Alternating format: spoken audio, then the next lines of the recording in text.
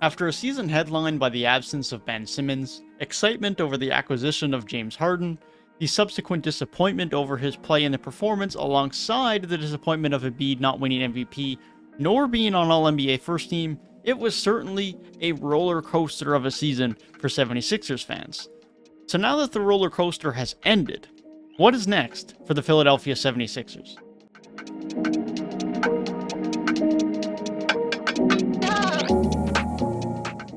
Joel Embiid had another brilliant season, and was fully deserving of an All-NBA first-team place, if not for the broken team rules, but he continues to be one of the most dominant two-way players in the league.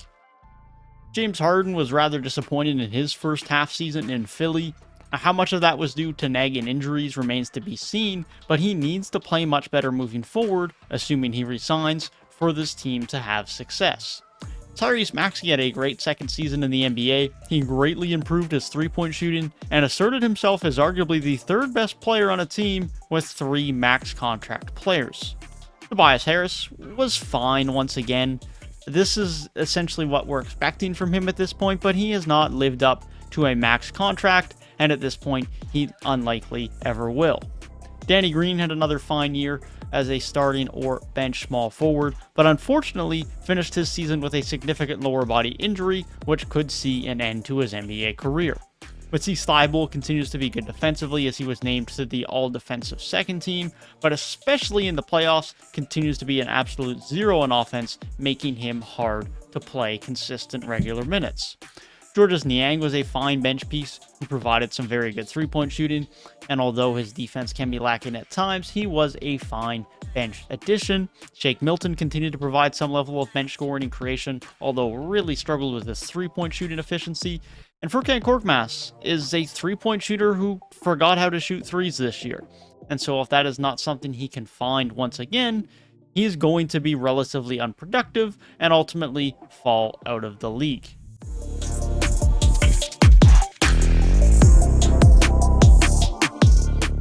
But let's get right into the James Harden discussion.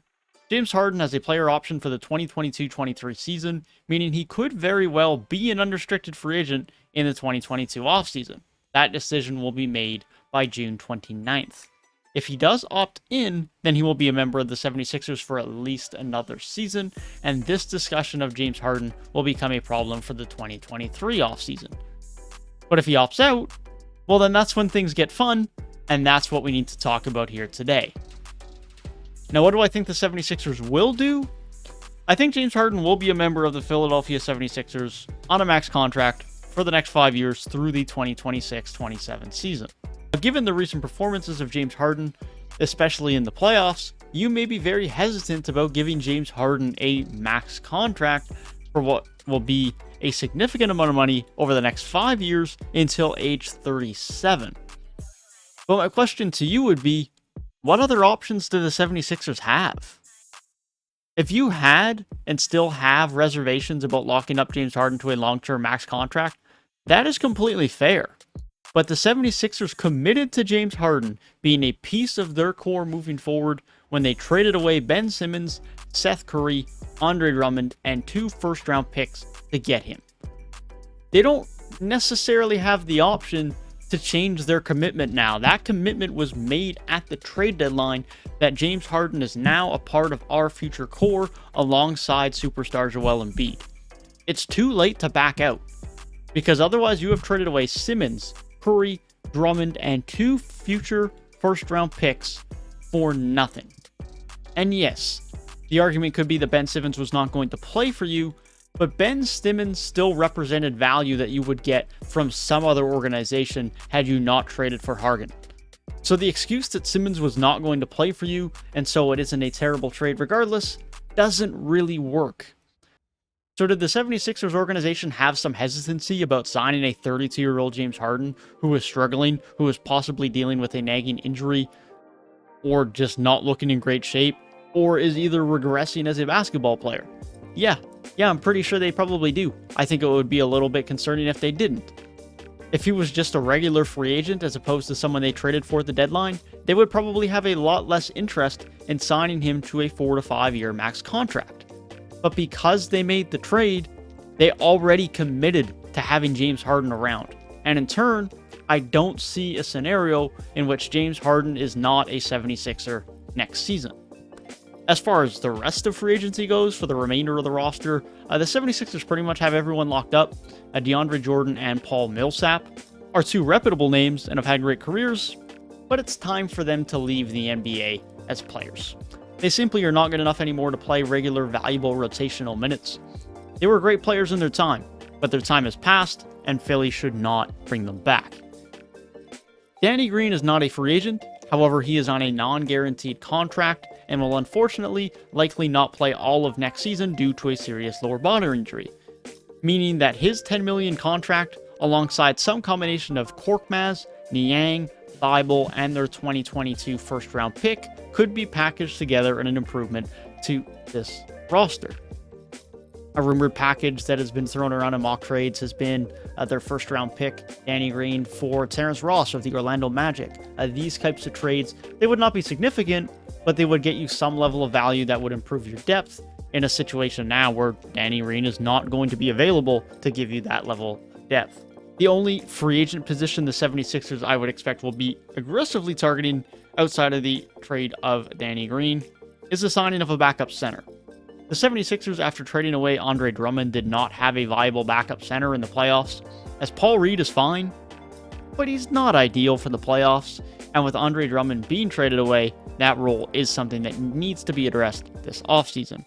You don't need someone great behind Joel Embiid, but you need someone who can give you some minutes, specifically in the playoffs, so Embiid doesn't completely burn out. The only other move the 76ers could look to make is move on from the contract of Tobias Harris. Which, as bad as his contract is, I question whether you would truly be able to get a return that would be a net positive for this roster. And so, in turn, I would expect the 76ers to inquire about such a move, but I personally don't expect him to be traded, as any move involving the trade of Tobias Harris would likely not help the team in the short term. Outside of that, the 76ers don't have many options. They have no cap space. They have very few tradable contracts outside of the contract of Danny Green. And although it may be very tempting to include Tyrese Maxi in a trade to improve your roster, I would argue for the short and the long term, it might be more beneficial just to keep him. He has great upside, he can create his own shot and can create for others while having improved significantly as a three-point shooter and spacer. If I'm the GM of the 76ers, I do not trade Tyrese Maxi. You didn't want to trade him when you had the potential to get James Harden before he went to Brooklyn. I wouldn't change that now that we truly see how good Tyrese Maxi can be. So with this being the case with the 76ers offseason, with them having to likely run it back with a relatively unchanged roster, what's the results?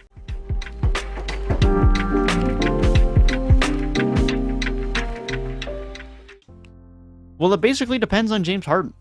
If the performance we saw from James Harden in his 76ers jersey was due to a nagging injury and him being out of shape, then there is hope he could return closer to MVP James Harden form, and in turn the Sixers could have a chance at winning a title. However, if the James Harden we saw in a 76ers jersey is the regression and descent of James Harden as a pro, well then it is very unfortunate to see as an NBA fan, but especially as a 76ers fan, as the player you went all in on in a trade is not as you had hoped, and in turn likely spoils the odds of a championship run. And with a historically injury-prone Joel Embiid now at age 28, this does not bode well for the 76ers. But all hope is not lost. James Harden could still return to being one of the top 5, 10, 15 players in the league. Tyrese Maxi could continue to make leaps forward, and Joel Embiid could finally win an MVP. But the 76ers offseason and future title hopes fully lie in the hands of the beard. That is my thoughts on what's next for the Philadelphia 76ers. Be sure to let me know your thoughts down in the comments below. If you enjoyed the video, be sure to leave a like and subscribe for more NBA content. Thanks for watching. Peace.